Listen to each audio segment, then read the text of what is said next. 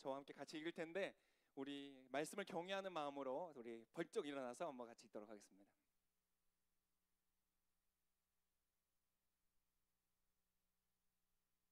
여러분, 일어난다는 것은 굉장히 좋은 것입니다.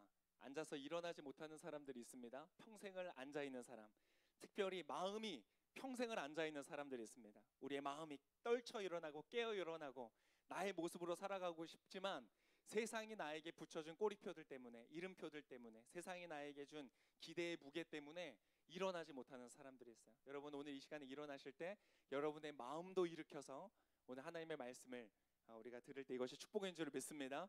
우리가 서서 이 선 자세로 하나님 앞에서 하나님의 말씀을 같이 읽도록 하겠습니다. 제가 먼저 1절 읽고 여러분 2절 읽고 돌아가면서 읽겠습니다. 여호와께서 이것을 내게 보여주셨다. 대제사장 여호수아가 여호와의 천사 앞에 서 있고 사탄이 여호수아의 오른쪽에 서서 여호수아를 고소하고 있었다.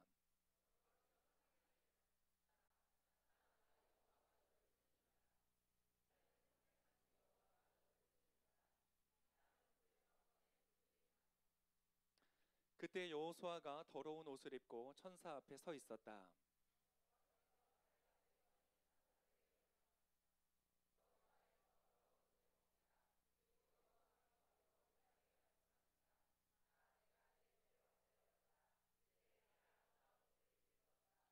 그때 내가 말씀드렸다. 그의 머리에 깨끗한 관을 씌워 주십시오. 그러자 천사들이 그 머리에 깨끗한 관을 씌우고 그에게 옷을 입혔다. 그동안 여호와의 천사는 그 곁에 서 있었다. 만군의 여호와께서 이렇게 말씀하신다. 만약 내가 내 길로 행하고 내 명령을 지키면 내가 내 집을 다스릴 것이며 또 내 뜰을 돌볼 것이다. 그리고 너는 여기서 섬기는 천사들 가운데 자유롭게 다닐 수 있다.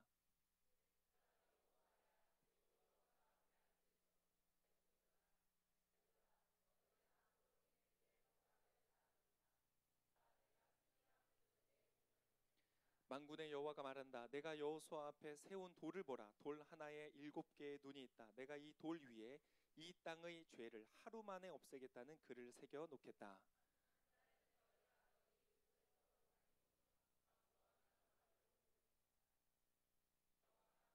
아멘. 우리 좌우에 앉으시면서 좌우에 인사하겠습니다. 의의 가슴받이를 입으십시오. 네. 보통 좌우에 얘기하러 가는데 보통 그 혼잣말을 하시는 것 같아요. 약간 독백 같은 느낌. 네. 우리 옆에 계시면 한 번 더 말씀하겠습니다. 주님 안에서 사랑합니다. 네, 좋습니다. 제가 이제 설교를 하려고 준비를 하다 보면 우리 성경이라는 것이 굉장히 시대를 뛰어넘는 메시지이기 때문에 그 성경 안에 있는 단어들과 그 안에 있는 그 메시지들을 지금 우리에게 좀 맞는 형태로 전달한다는 것에 사실 어려움이 있습니다. 그래서 이거를 어떻게 우리가 이해하기 쉽게 우리에게 와닿도록 설교를 할까 고민을 좀 하죠. 특별히 오늘 이제 의의 가슴바지다. 그러니까 이제 우리가 전신갑주를 입는데 영적 전쟁이에요. 이 전쟁에서 승리하면 우리는 자유를 누리고 우리 인생을 살아가면서 우리의 마음이 늘 자유로워요. 자유롭고 기쁘고 즐겁고 감사하고 평강을 누려요. 왜? 전쟁에서 이겼기 때문에 자유인이 되는 것이죠. 그러나 영적 전쟁에서 지면 전쟁에서 졌기 때문에 포로가 되고 압제가 시작되고 빼앗기고 내가 원하지 않는 삶을 살고 즉 자유롭지 못한 그러한 상태, 포로된 상태로 살아가게 되는 것이죠. 그래서 이 영적 전쟁을 위해서 우리가 영적인 무장을 내야 되는데 우리 지난주에 얘기했던 지난주에 뭐였어요? 그죠? 진리로 허리를 묶어야 된다. 진리의 허리띠. 너희의 허리를 묶는데 진리로서 묶어야 된다. 지난주 설교가 기억이 잘 안 나시는 분은 제가 주보에 친절히 정리를 해드렸어요. 그래서 주보를 참고해서 보시고 진리로 허리를 묶고 두 번째, 오늘 두 번째 시간인데 가슴에 갑옷을 입는데 그 갑옷에 무엇으로 너희의 갑옷을 삼아야 된다? 의로움이라는 것으로 너희의 가슴을 보호해야 된다. 가슴 이쪽 부분에는 심장도 있고 중요한 내장 기관들이 다 있죠. 그래서 몸을 보호한다는 것에 굉장히 중요한 부위라고 할 수 있습니다. 근데 그러한 부위를 너희가 보호할 때에 무엇으로 해야 된다? 의라는 것으로, 의로움으로써 너희를 보호해야 된다라고 말씀하시는 거예요. 그런데 이제 어려운 것이 바로 이 의라는 단어. 의로움이라는 단어가 사실 우리에게 있어서 굉장히 먼 단어처럼 느껴진다는 것이죠. 여러분 혹시 여러분의 배우자를 위한 기도의 제목의 리스트 중에서 하나님 저의 배우자는 의로운 사람이 되게 해주세요. 있습니까? 의로운 사람이 제 남편 되게 해주세요. 아니 이렇게 없을 수가 있어요? 이렇게 의라는 것 자체가 우리에게 별로 와닿지 않는 굉장히 멀리 있는 것 같은 주제라는 것이에요. 그런데 여러분 이 의로움이라는 것, 영어로는 righteousness라고 불려지는 이 의로움은 사실 여러분이 굉장히 원하는 것이에요. 여러분에게 굉장히 필요한 것일 뿐만 아니라 사실 여러분이 굉장히 원하는 것이 바로 의로움이에요. 제가 몇 가지로 설명해 드릴 수 있어요. 자, 의로움이라는 것은 무슨 말이냐면 그 뜻을 조금 더 정확하게 보면 의라는 것이 무엇이냐? 이 성경은 이제 헬라어로 쓰여졌으니까 신약은 헬라어로 그 의로움, 의의 가슴바지를 붙여라 할 때 의가 무슨 단어로 되어 있냐면 디카이오스네라는 단어로 되어 있어요. 뭐라고요? 디카이오스네. 굉장히 뭔가 있어 보이죠? 이런 걸 알아두면 좋은 거예요. 디카이오스네라는 단어의 원래의 뜻이 무엇이냐면 이것이야. 의는 원형 그대로 존재하는 것이다. 뭐라고요? 원형 그대로 존재하는 것이다. 원래 목적된 상태 그대로, 의도된 상태 그대로, 설계된 상태 그대로 존재하는 것이 의로움이라는 것이에요. 즉 예를 들어서 이 마이크 원래 목적은 뭐예요? 설계는 뭐예요? 저의 목소리를 여러분에게 잘 들릴 수 있도록 전달해주는 역할을 하는 것이에요. 그것이 이 기능이 잘 되어지면 이건 뭐예요? 의로운 마이크인 거야. 그런데 만약에 이게 가끔 마이크가 다른 전파랑 혼선돼서 종종 이렇게 끊길 때가 있어요. 가끔씩. 그래서 중요한 단어를 놓치게 할 때 이 마이크는 어떤 마이크예요? 불이한 마이크인 거예요. 자, 그것이 존재되는 원형 그대로 존재할 때 그것이 의롭다고 말하는 거예요. 여름에 더운데 제가 그 탄산음료를 마시면서 배가 나오기 시작했어요. 탄산음료 그렇게 무섭더라고요. 여러분 탄산음료를 절제하시길 바랍니다. 그 탄산음료, 근데 여러분 탄산음료 너무 좋잖아요. 그죠? 여름에 시원한 콜라. 그럼 여러분 콜라를 탁 마실 때 어때요? 얼음을 탁 섞어가지고 시원하게 팍팍팍 마시면은 이게 시원한 느낌이 있잖아요. 그게 뭐예요? 의로운 거예요. 근데 만약에 콜라를 팍 마셨는데 따뜻해. 확 느낌이 오죠. 김이 빠졌어. 김 빠진 따뜻한 콜라를 확 마실 때 여러분 느낌이 어때요? 그거는 뭐라고요? 불이한 커피라는 것이. 우리가 기대하고 의도하고 원형 그대로 존재하는 것이 여러분 바로 의로운 것이. 우리가 누구보다도 그것을 원해요. 왜? 여러분 우리의 삶을 바라보면서 여러분 우리는 의로움을 원해요. 뭐예요? 우리의 부모님은 어떠한 부모님이셔야 했어요? 의로운 부모님. 어떤 부모님이세요? 서로가 서로를 사랑하는 부모님. 아빠가 자꾸 나한테 너 아빠랑 엄마가 보통 물어보죠. 아빠랑 엄마랑 물에 빠지면 누구를 구할 거야? 라는 질문을 하면은 안 되셨던 거였어요. 나는 내 남편보다 너가 더 소중해라고 말하면 안 되는 거였어요. 여러분 나중에 부부로 결혼하시면 자녀들에게 누구보다도 서로 사랑하는 모습 보이시기를 축복합니다.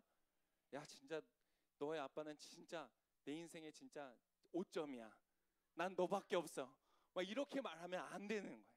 자녀들은 그러면 정말 사랑받는다고 느끼는 게 아니라 부담스러운 거예요.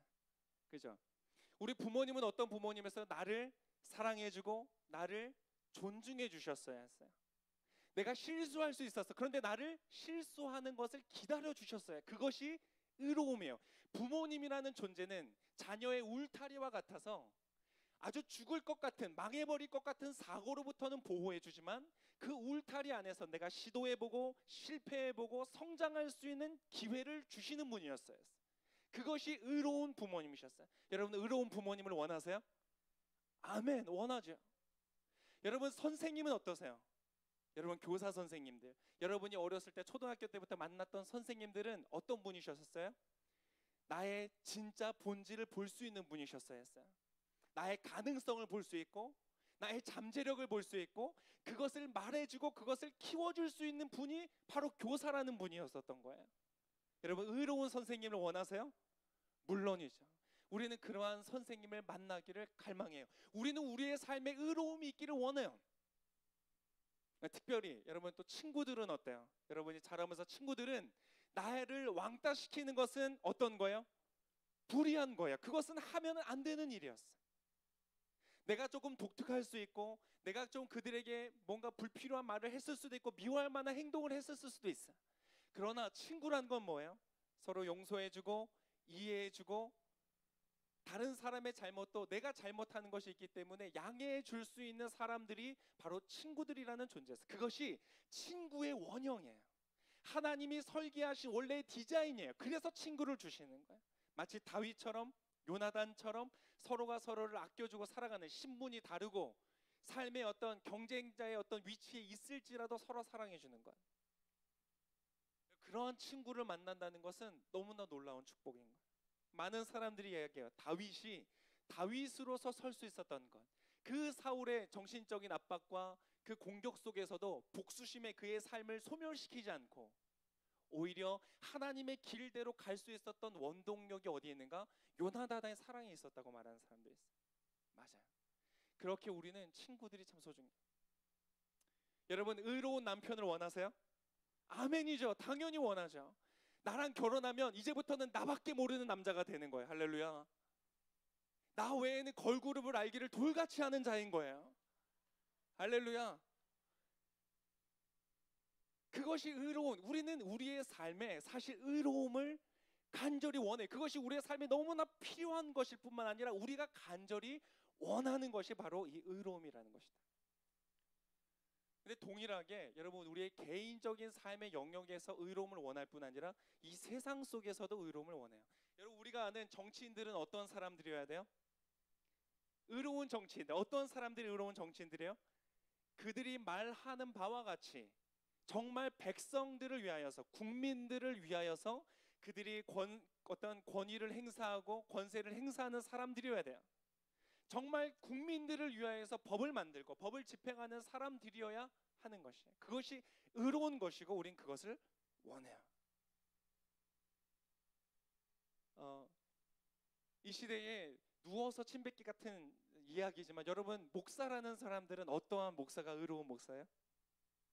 정말 하나님의 사랑으로, 하나님의 그 진리와 자비를 삶 가운데, 또 삶을 통한, 또 입을 통한 메시지로 삶에 전달해주고 보여주고 교회를 이끌어가는 리더예요.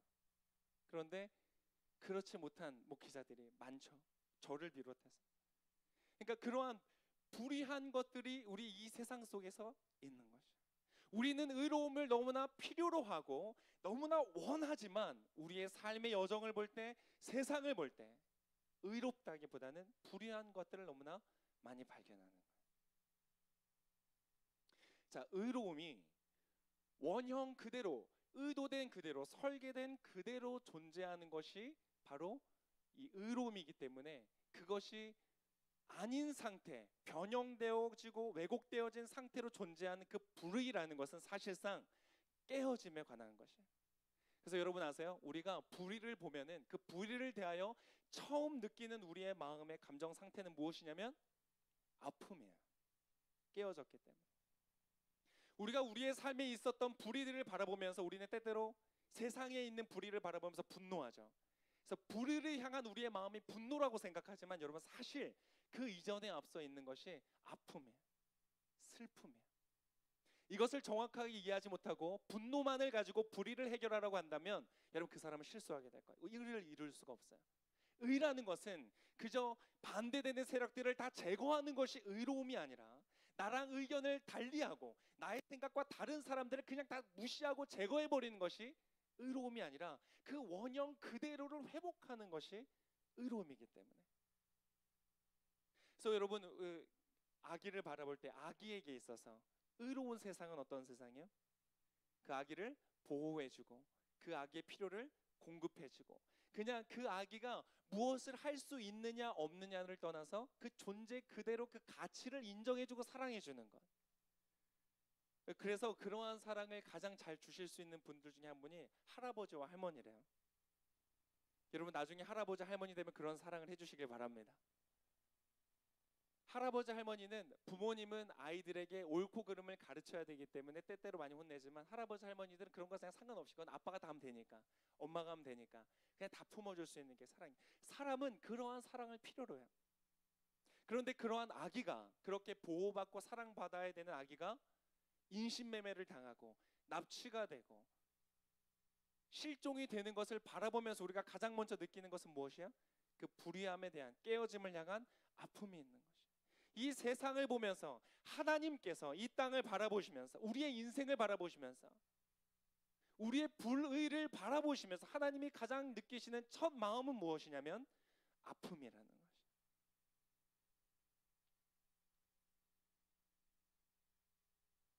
그런데 이 세상을 보고 나 개인의 삶을 보고 많은 불의 속에서 우리는 우리 자신도 깨어진 채 살아가게 돼요. 사실 이제 한 발자국 더 들어가서 나의 모습을 보면 불의한 나를 발견하는 것이. 여러분, 혹시 여러분은 의로운 사람들입니까? 예, 의로운 사람들이세요? 학생의 의로움은 무엇이에요? 또 시작됐다. 이제 목사님 또 시작됐어. 학생의 의로움은 뭐예요? 여러분 열심히 하셨어요? 제가 주로 열심히 안 했기 때문에 이런 말씀을 드리는 거예요.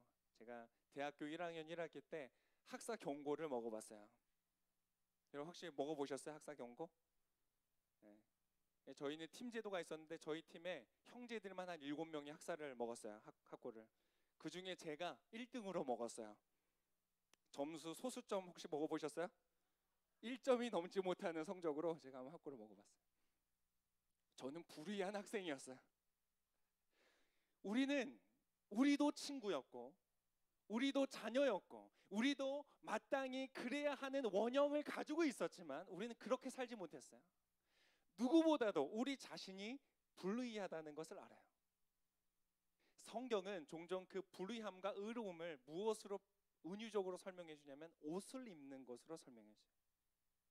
오늘 우리가 방금 읽었던 이 스가랴서에 나오는 존재, 대제사장, 그 당시에 스가랴가 있었던 그때는 포로 귀환기, 포로로 다시 돌아와서 하나님의 성전을 재건할 때였어요.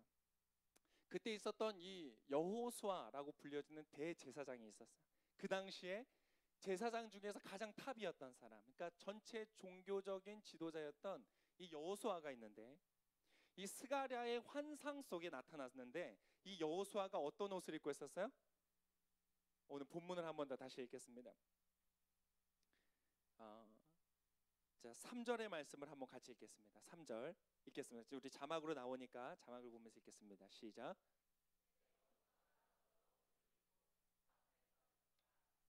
지금 대제사장인 여호수아가 어떤 옷을 입었다고요? 더러운 옷을 입었어요. 더러운 옷을 입었다는 것은 지금 어떤 상태예요? 불의한 상태. 왜? 대제사장은 어떤 사람이냐면 모든 이스라엘의 백성 중에서 하나님의 뜻을 증거하고 하나님의 길을 제시하기 위해서 선택받은 사람이었어요. 가장 구별된 사람, 구별된 사람들 중에서도 구별된 사람. 그래서 그 사람은 아주 정결하고 깨끗한 옷을 입어야 하는 사람이에요. 특별히 그가 입고 있는 앞치마와 같이 이렇게 앞에 내려오는 그 에봇이라고 불려지는 것은 굉장히 거룩한 성물로서 보여지는 것이죠. 그래서 그곳에는 12개의 보석으로 장식이 되어 있고요. 그리고 하얀색 세마포로 깨끗함과 성결을 상징하는 그 세마포로 관을 쓰고 그 관 앞에는 금으로 띠를 두었는데 그 가운데 여호와께 성결이라고 쓰여져 있었어요. Holy to the Lord. 하나님을 향하여서 우리는 거룩해야 된다. 이스라엘 전체가 거룩으로 부름을 받았는데 그 거룩을 유지하고 거룩을 향해 싸우고 거룩의 모범이 되기 위하여 택함 받은 것이 바로 대제사장이었어요. 그런데 그 대제사장이 지금 어떤 옷을 입고 있어요? 더러운 옷을 입고 있어요.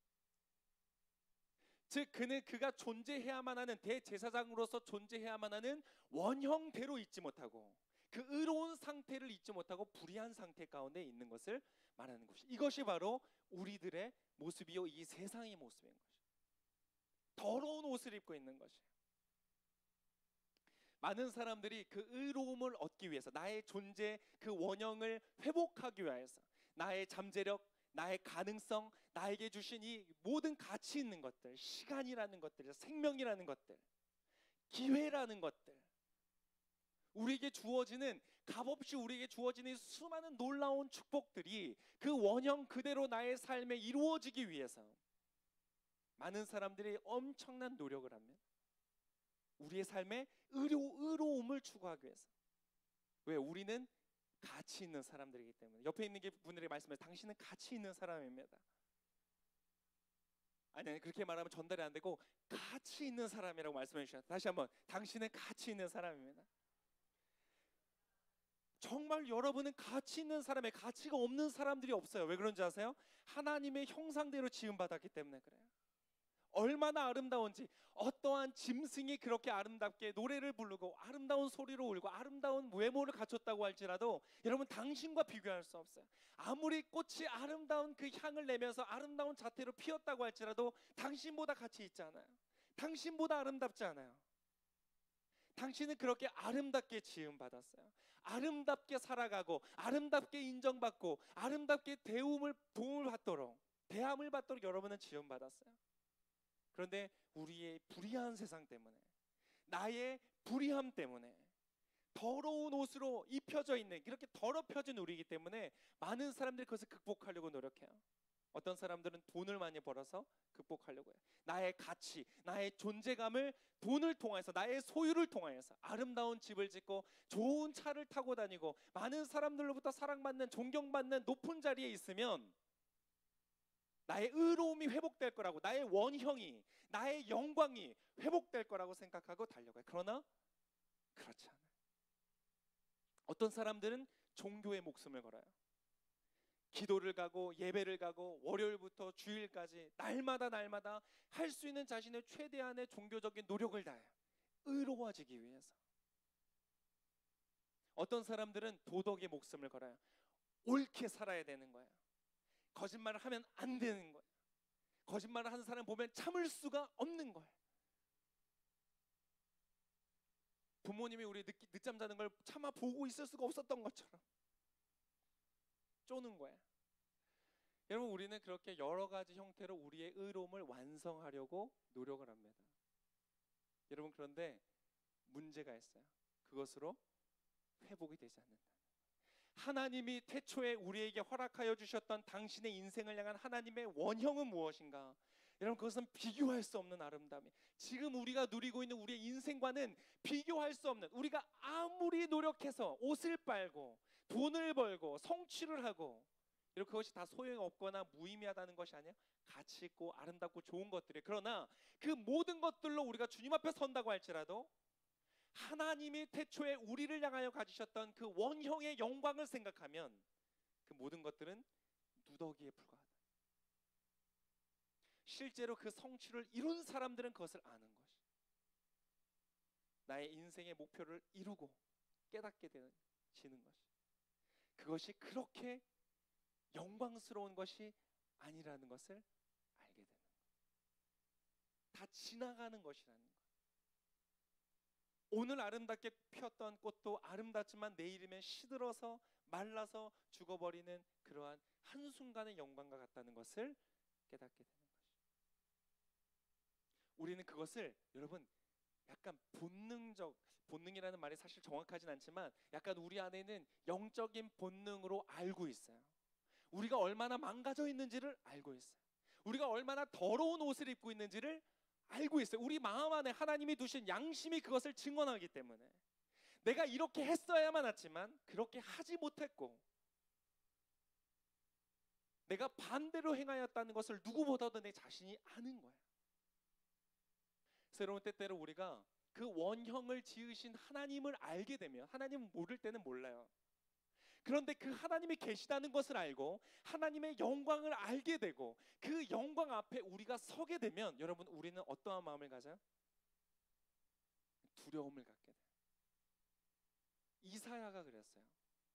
선지자였던 이사야가 이스라엘을 향해서 하나님의 말씀을 막 선포했어요. 하나님의 말씀을 선포하는 택함 받은 선지자였어요. 그런데 그 선지자가 선지자의 역할을 하는 중에 하나님의 영광을 만나는 사건이 일어나요. 재밌죠? 하나님의 영광을 경험한 다음에 시작한 것이 아니라 그의 사역 가운데 하나님의 영광을 보게 되어지는 자리가 생겨요. 하나님의 영광을 딱 봤어요. 보니까 어때요? 충격적인 것이. 하나님의 영광이라는 것은 나의 상상을 초월하는, 도저히 내가 접근할 수도 없고 근접할 수도 없고, 내가 그분의 형상으로 지음받았다고 하지만 나는 너무나 망가져 있어서, 이것은 신학적으로 전적인 부패다, 전적인 타락이라고 말합니다. 우리 인간이 전적으로 타락되어져 있어서, 우리의 마음이 전적으로 타락되어져 있어서 우리끼는 잘 몰라요. 우리끼는 보면 쟤보단 내가 좀 더 의로운 것 같고, 쟤는 나보다 좀 더 의로운 것 같고. 여러분, 우리 한번 이거 젓가락 한번 해볼까요? 자, 가장 이 공동체에서 의로울 것 같은 사람을 한 번에 지목하는 거예요. 해볼까요? 자, 손 들고, 내가 알기에 이 사람은 정말 가장 의로워. 자, 하나, 둘, 셋. 아니, 저를 꼽는 사람이 이렇게 없다는 것은 충격적이네요. 여러분, 그분의 영광 앞에 서면 우리가 가지고 있는 도덕적인 의, 율법적인 의, 종교적인 의, 세속적인 의, 이 모든 영광과 의는 누더기에 불과하다는 것을 발견하는 거예요. 그 이사야가 그 충격 때문에 뭐라고 고백하냐면, 화가 있도다 나여라고 말해요. 이제까지는 너희에게 화가 있을 것이다, 이스라엘 향해서 계속 말했어요. 너희에게, 이러한 불의를 저지르는 자들, 하나님의 거룩한 백성이면서도 거룩 가운데 살지 않는 너희는 화가 있을 것이다. Woe to you 라고 말했어요. 그런데 하나님의 영광을 경험하는 순간 Woe to me 라고 고백한, 내가 살아계신 하나님을 보았도다. 그분의 영광은 우리로 하여금 두렵게 하는 것이, 우리가 망가뜨려버린 나의 인생, 내가 망가뜨려버린 이 세상의 의로움은, 하나님이 주셨던 원형은 가히 우리가 두려워할 정도로 가치 있고 아름다운 것이었어요. 이렇게 써서는 안 되는 것이었어요. 우리의 24시간은 그렇게 써서는 안 되는 것이었어요. 우리의 호흡과 우리의 에너지와 우리의 삶의 기회들은 그렇게 써서는 안 되는 것이었어요. 그것을 깨닫게 될 때 우리는 두려워하게 됐어요. 그래서 많은 분들이 교회에 왔을 때에 그 부담감을 가지고 있어요. 그건 좋은 거예요. 시작할 때에 좋은 거, Woe to me라고 시작하는 것은 굉장히 좋은 것이에요. 하나님의 기준을 보았기 때문에 나의 상태와 수준이 얼마나 떨어져 있는 것을 발견한다는 것은 좋은 거예요. 그러나 여러분, 그것으로 계속 살아간다면 그것은 굉장히 비극적인 것이에요. 늘 하나님이 두려워, 늘 하나님이 무서워, 늘 그분 앞에 서면 우리의 마음 안에 정죄감이, 우리의 마음 안에 고소하는 목소리가 들려요. 야, 너 같은 사람이 어떻게 하나님 앞에 서냐? 너 같은 사람이 정말 축복을 받을 것 같냐? 야, 너가 지금 기도하는 그 기도 하나님 응답해 주실 것 같아? 너 뭐 했는데? 너의 종교적인 노력이 충분했니? 아니, 충분하지 않았어. 40일 새벽 기도도 한 번도 못 해봤는데, 홀리스타도 2번 가고는 그 다음부터 못 가는데. 할렐루야, 정죄 받으십시오. 홀리스타 나오세요. 내가 사랑해야 된다고 분명히 알았지만 사랑하지 못하고 있어요. 용서해야 된다고 알고 있지만 지금도 용서 못해. 생각만 하면 분노가 솟아나고, 생각만 하면 경멸하고 싶은 마음이 있고, 우리 안에 얼마나 깨어진지를 발견할 때 우리는 주님 앞에 떳떳할 수가 없는 거예요. 그래서 여러분, 그 모든 갭을, 하나님의 영광과 우리의 상태의 갭을 우리가 다른 노력으로 채우려고 할 때가 너무나 많아요. 그건 여러분 종교 생활이에요. 신앙이 아니에요. 종교적인 열심으로 열심히 헌신하고 열심히 노력하고 열심히 애쓰고 봉사해서 그 갭을 채우려고 한다면 당신은 늘 부족하다는 것을 느끼게 될 거예요. 여러분, 그것은 하나님이 원하시는 바가 아니에요. 여러분을 고소하는 것은 하나님이 아니세요. 여러분을 정죄하는 것, 여러분을 지목하는 것은 하나님이 아니세요. 누가 할까요? 사단이 하는 거예요. 왜 그런 줄 아세요? 여러분, 사탄이라는 이름이 고소자라는 뜻이기 때문에 그래요. 그 이름이 대적자예요. 고소하는 자예요. 그래서 여러분, 고소하다는 말이 히브리어로 무슨 말인 줄 아세요? 사텐이라 그래요. 사텐이 고소하다는 대적하다는 동사이고 그것을 명사로 사탄이라고 부를 때 그것은 우리의 대적 원수 마귀를 말하는 것이. 그래서 오늘 본문 여러분이 읽었던 이 말은 재밌는 것이에요. 스가랴서에서 나오는 1절의 말씀 한번 같이 읽어보겠습니다. 스가랴서 3장 1절 같이 읽을까요? 시작.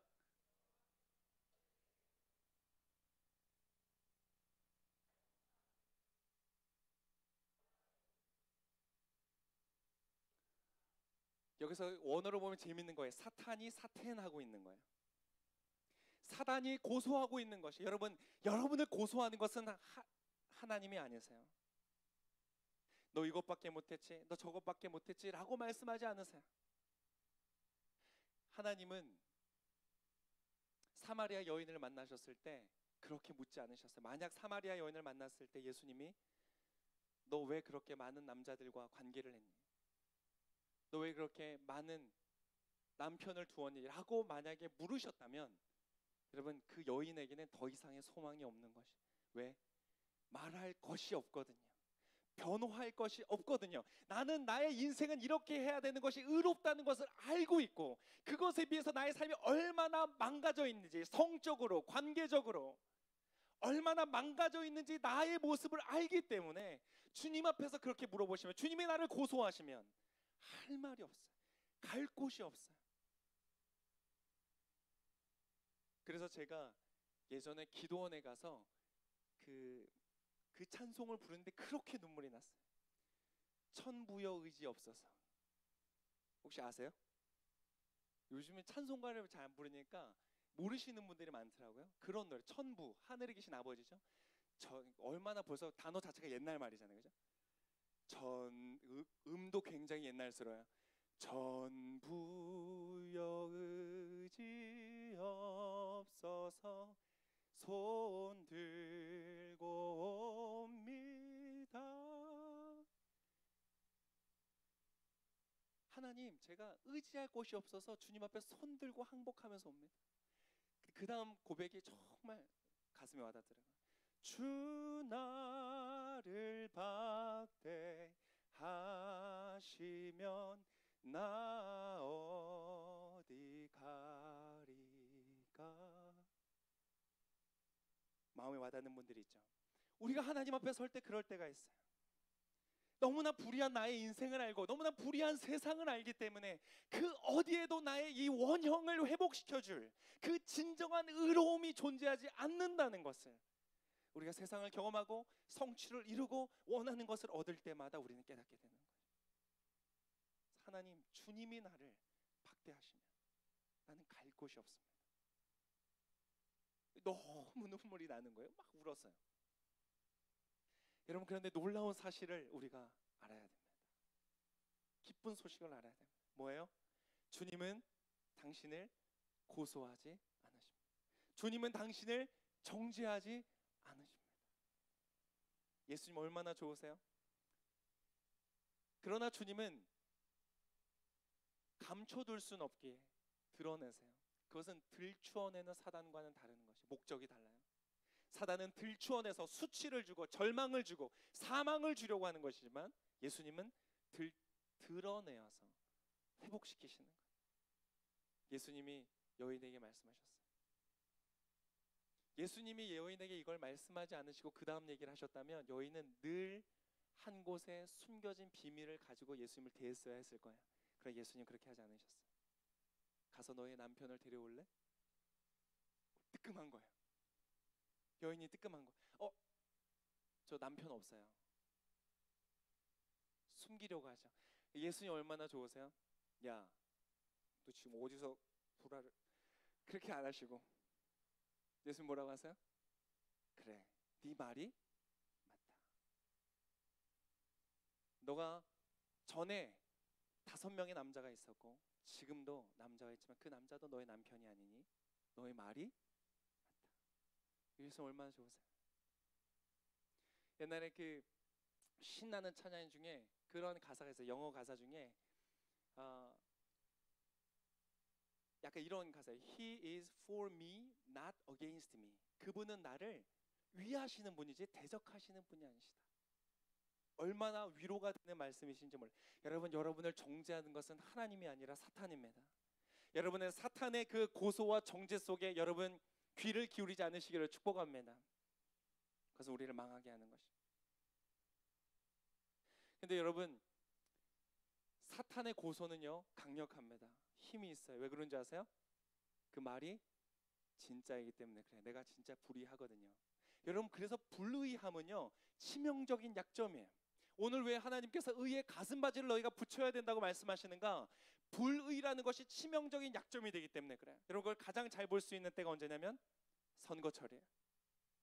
선거철에 치명적인 어떤 서로의 경쟁을 하고 있는 치열한 경쟁 중에 상대방 후보를 공격해서 무너뜨리는 가장 강력한 방법이 있어요. 뭐예요? 상대의 불의를 찾아내는 것이에요. 그걸 집중적으로 공략하는 것이. 그 불이면 그의 말이 얼마나 뛰어났든지 간에, 그의 영향력이 얼마나 컸든지 간에, 그가 얼마나 많은 공적을 쌓았느냐와도 상관이 없어요. 그 불의 하나로 모든 것이 무너져 버리는 것이. 불의는 그만큼 치명적인 약점이에요. 그래서 사단은요 우리의 그 불의를 향하여 공격해 오는 것이. 그때 우리는 너무나 많은 사람들이 공격을 당하고 무너지는. 그래서 오늘 주님은 의의 가슴밭으로 너희를 보호해야 된다고 말하는 것이. 그럼 자, 이제 질문이 생기는 거예요. 그렇다면 목사님, 알겠습니다. 내가 의로움을 그렇게 원하고 필요로 하는 것도 알겠고, 그런데 그럼에도 불구하고 내가 너무나 불의했다는 것도 알고, 그 불의함을 의로움으로 채우기 위한 종교적이고 율법적이고 세속적인 어떠한 시도, 도덕적인 어떠한 시도들도 그것을 할 수 없는 것이라면 제가 무엇을 해야 됩니까?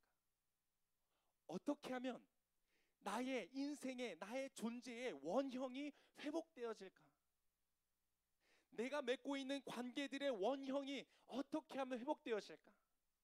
부부로서 살아갈 때 내가 아내로서, 남편으로서 어떻게 원형 그대로 하나님의 설계하신 그대로 최고의 멋있는 배우자가 되어줄 수 있을까? 나의 자녀들에게 어떻게 나는 그 원형 그대로 아름다운 부모로서 자녀 앞에 설 수 있을까? 어떻게 나의 인생의 의로움을 회복할 것인가? 그 질문 앞에 오늘 이 스가랴의 환상이 우리에게 답을 알려주는 것이. 오늘 본문의 말씀 한번 같이 읽겠습니다. 오늘 본문에 이렇게 봤어요. 제가 1절부터 한번 읽어볼게요. 여호와께서 이것을 내게 보여주셨다. 환상 속에 보여주시는 거예요. 대제사장 여호수아가 여호와의 천사 앞에 서 있고 사탄이 여호수아의 오른쪽에 서서 여호수아를 고소하고 있다. 여러분, 우리 안에 고소하는 사단이 있어요. 영적인 전쟁이 있어요. 당신을 절망시키고 낙심시키고 무너뜨리려는. 여러분, 그 말에 동의하지 마세요. 여러분, 사탄의 고소보다 더 중요한 것은 하나님의 판결인 줄을 믿습니다. 우리가 때때로 두려운 것은 하나님이 그러한 나의 인생의 불의함을 향해서 어떻게 평가하실지 판단하실지 잘 모르기 때문에 두려운 거예요. 하나님 나한테 이렇게 말씀하시면 어떡하지? 그래서 이렇게 숨겨보고 저렇게 숨겨보고, 전 남편이 없습니다. 없는 것처럼 행동하는 것이에요. 여러분, 우리는 무엇을 보는가? 하나님의 판결에 집중하는 것이에요. 여호와께서 사탄에게 말씀하셨다. 사탄아, 여러분 놀라운 사실 아세요? 하나님은 여러분을 꾸짖지 않으세요. 하나님은 누구를 꾸짖으세요? 사탄을 꾸짖으시는 거예요. 사탄아, 나 여호와가 너를 꾸짖는다. 너의 고소하는 고소장의 내용이 맞다고 할지라도 너의 말 전체가 맞는 것은 아니다. 예루살렘을 선택하신 여호와가 너를 꾸짖는다. 내가 바로 이 사람을 내가 선택한 하나님으로 만든, 창조한, 원형 그대로 설계한, 디자인한 제작자로서, 원작자로서 나는 너를 꾸짖는다. 너가 틀렸다. 할렐루야. 이것이 얼마나 큰 복음인지 몰라요. 이 사람은 불에서 꺼낸 그슬린 나무 토막이 아니냐. 그의 상태를 이해한다고 주님 말씀하세요. 내가 너의 이 불의한 상황을 이해한다고 말씀하세요. 너가 남편이 5이 있었다는 것을 다 설명하지 않아도 나는 이미 알고 있었고 그것을 이해한다고 말씀하시는 거예요. 여러분, 하나님은 당신의 삶을 이해하십니다. 들으셨어요? 하나님은 당신의 삶을 이해하세요. 그리고 말씀하세요. 그때 여호수아가 더러운 옷을 입고 천사 앞에 서 있었다. 더러운 옷을 입고 있어요. 여호와께서, 4절의 말씀 한번 같이 읽겠습니다. 시작. 여호와께서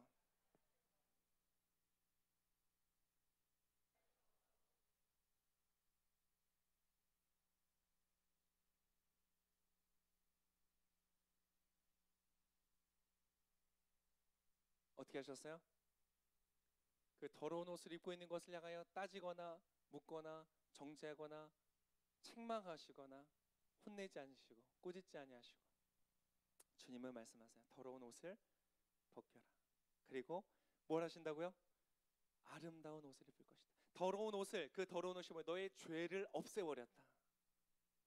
너에게 이제 깨끗하고 아름다운 원형의 영광의 옷을, 의의 옷을 너에게 입힐 것이다. 여러분, 오늘 그 주님 앞에 서실 수 있기를 축복합니다. 우리가 하나님 앞에서 의로움으로 회복되기 위해서 해야 되는 단 한 가지의 일은 무엇이냐? 내가 만들려고 하는 모든 의로움의 시도를 버려두고 율법적인, 종교적인, 도덕적인, 세속적인 나의 노력과 시도를 주님 앞에서 포기하고, 여러분 포기하세요. 포기하세요. 이것은 아무리 잘해봐야 누더기에 불과해요. 그것을 가지고 하지 마세요. 그것이 아닌 여러분, 하나님께서 여러분에게 새 의의 옷을 입히시도록 여러분을 내어드리실 수 있기를 축복합니다. 오늘 이 자리에 지금 이 순간에 여러분 주님 앞에 그것을 드리는 거예요. 내가 완성하려고 했던 나의 원형과 나의 그 모든 시도들을 주님 앞에서 포기하고, 하나님 천부여 의지 없어서 손을 들고 주 앞에 가는 거예요. 예수님께 가는 거예요. 종교는, 참된 신앙은 우리가 주님께서 우리 안에 행하실 수 있도록 주님께 나아가는 것이, 내가 완성해서 주 앞에 드리는 것이 아니에요. 여러분 주님 앞에 나아가시 여러분 되시기를 축복합니다. 그것이 어떻게 이루어지는가? 여러분 놀라운 사실이, 스가랴서 이미 이 사건이 있기 전에 수백 년 전에 하나님의 사람을 통하여서 예언하셨는데 뭐라고 예언하셨는가? 8절의 말씀에 이렇게 기록하고 있어요. 8절과 9절의 말씀을 한번 같이 읽겠습니다. 시작.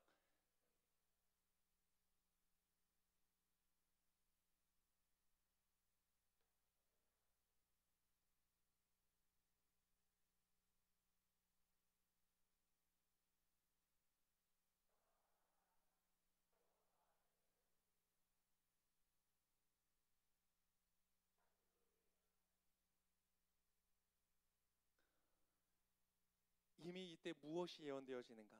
여러분 여기에서 말하는, 자, 앞으로 생길 일이다, 앞으로 일어날 일이다. 그런데 여러분 우리는 지금 그 일이 일어난 다음을 보고 있는 것이, 생길 일인데 무엇이냐면, 보라 내가 순이라 불리는, 이 순은 새로운 싹을 말하는 것이, 종종 다윗의 가지, 다윗의 자손의 어떤 가지, 한 순, 한 그것을 말하는 것이 바로 예수 그리스도를 말하는.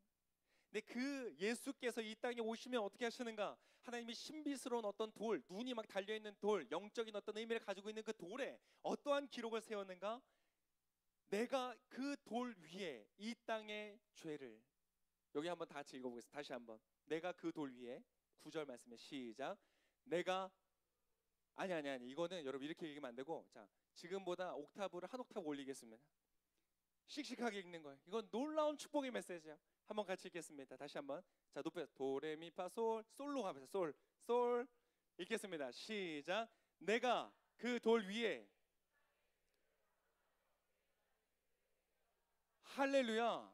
여러분 의로움의 회복, 원형의 회복은요 얼마나 걸린대요? 하루면 된다는 것. 여러분 구원은 여러분 하루 만에 이루어지는 것입니다.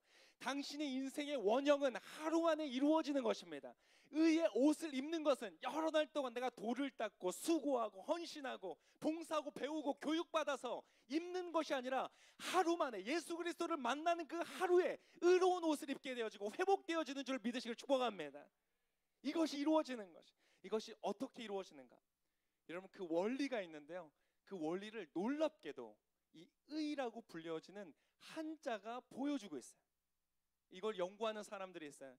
한자는 워낙 오래된 문자이기 때문에 그 안에 어떤 옛날부터 내려온 어떤 진리들이 숨어져 있는 것을 발견하는 거예요. 의라는 단어가 그래. 한번 보겠습니다. 자, 우리가 말하는 의롭다 할 때 그 의가 바로 이 한자예요. 이 한자가 어떻게 구성되어 있는지 아세요? 위에는 양을 말하는 것이죠. 밑에는 나인데 왼쪽을 보면 손이죠. 오른쪽은 창이에요. 칼이에요. 손에 칼을 들고 뭘 하고 있어요? 양을 드리는 거예요. 여러분 이것이 의로움이에요. 하나님께서 우리의 불의를 회복하시고 죄를 하루 만에 없애시기 위해서, 우리의 모든 더러운 옷을 벗기시고 새 옷을 입히시기 위해서 주님이 무엇을 하셨는가? 마치 그것이 옷으로 비유하면 우리의 더러운 옷을 그분이 입으시고, 양 되셔서, 양처럼, 제사 지내는 양처럼, 우리의 죄를 대신해서 죽이고 피를 흘리는 그 양처럼, 변제물로서 드려지는 그 양처럼 예수님께서 이 땅에 오셔서 우리의 모든 더러운 불의한 그 옷을 그분이 대신 입으시고 죄인의 모습으로 그 죄의 값을 치르시는 거예요. 그리고 뭐예요? 그분이 가지시고 계시는 하나님 아들의 그 영광의 옷을 우리에게 입히시는 거예요. 할렐루야.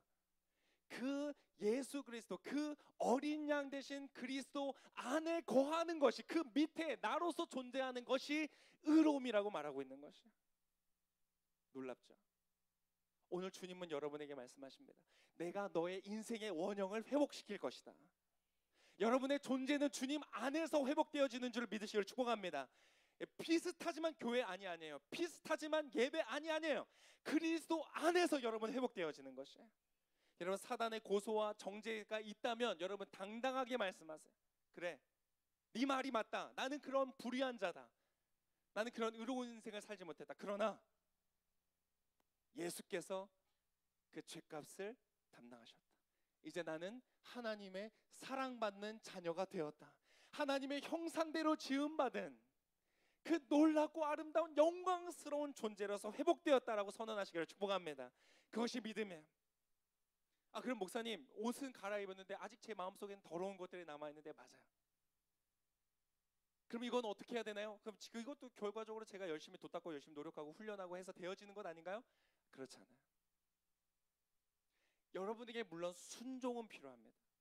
이제 주님께서 여러분의 인생을 이끌고 가실 때 하나님은 여러분을 로봇처럼 입력하면 바로 반응이 나오는 기계식으로 여러분을 인도하지 않으세요. 여러분을 설득하시고 말씀하시고 인도하실 거예요. 그러나 어떠한 죄가 있다고 할지라도 여러분, 그래서 그 길은 순종하며 가야 돼요. 그러나 여러분 안에서 그것을 이루어 가실 분은 주님이신 것을 믿으시기를 축복합니다. 여러분 혼자 할 수 없어요. 노력해서 할 수 없어요. 그러나 여러분이 살아계신 그리스도 안에 거하여 주님과 함께 동행하면 주님이 여러분의 마음 안에 그 새 역사를 이루어 가실 거예요. 여러분이 의로움을 원하게 될 거예요. 여러분, 이 세상이 왜 이렇게 의로워지지 않는 줄 아세요? 우리 안에 불의를 기뻐하는 마음이 있기 때문에 그래요. 깨워진 마음들이 있기 때문에. 그런데 성령이 우리 안에서 우리 이끌어 가실 때, 예수님의 영이신 분이 우리를 이끌어 가실 때 우리 안에 의로움을 원하는 마음을 주세요. 그래서 해야만 하기 때문에 그 길을 걷는 것이 아니에요. 이건 여러분 굉장히 제한적이에요. 해야지, 하기 싫은데 해야지는 여러분 몇 번이면 끝나요. 그러나 하고 싶기 때문에, 그것을 원하기 때문에, 주님이 기뻐하시고 주님이 축복하시고 주님이 인정하시는 그 삶을 살고 싶기 때문에, 그러한 삶을 나의 배우자에게 주고 싶고 나의 자녀들에게 주고 싶기 때문에, 우리의 마음에 원함이 생기기 때문에 그 길을 걷게 되어지는 거예요. 하나님께서 그 마음을 여러분의 인생 가운데 역사하실 것입니다.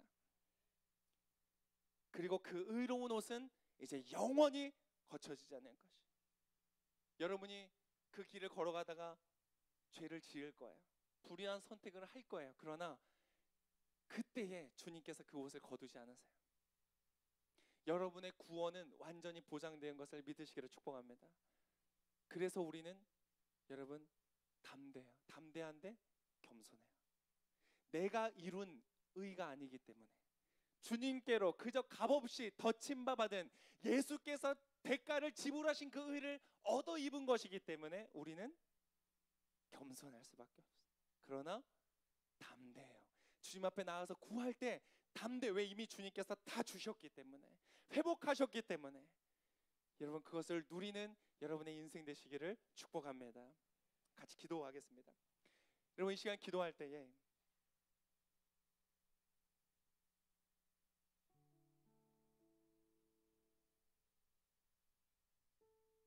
때때로 이런 은유적인 표현이 우리에게 굉장히 도움이 됩니다. 로마서 13장에 보니까 이렇게 기록되어 있어요. 로마서 13장에 밤이 깊고 낮이 가까웠습니다. 그러므로 어두움의 일들을 벗어버리고 빛의 갑옷을 입읍시다. 빛의 갑옷을 입으래요. 에베소서의 다른 버전이에요. 영적인 전신갑주, 오늘 빛의 갑옷. 이 어두운 시대에 여러분 빛의 갑옷을 입으시길 바랍니다. 낮에 행동하듯이 단정하게 행동합시다. 밤에 몰래 숨어서 죄를 짓듯이 살지 말고 낮에 행동하듯이 모든 사람들이 보는 것처럼 밝게 드러나 있는 것처럼 살아갑시다. 방탕하거나 술 취하지 말고 음란과 호색하지 말며 다투거나 시기하지 말고. 아멘. 원합니다. 아멘. 주님, 제가 그러한 삶을 원합니다. 부끄럽고 수치스럽고 가리고 싶은, 그러나 순간의 쾌락과 즐거움을 위해서, 순간의 만족을 위해서 그러한 삶을 가고 싶은 마음도 있지만, 죄된 마음이 있지만, 아니요, 이제 그렇게 살지 않고 싶은, 빛 가운데 살고 싶은 마음이 주님 내 안에 있습니다. 얼마나 감사한지. 그리고 14절에 이렇게 말하는 거예요. 오직 주 예수 그리스도로 옷 입고. 육신의 일을 힘쓰지 마십시오. 무엇 하라고요?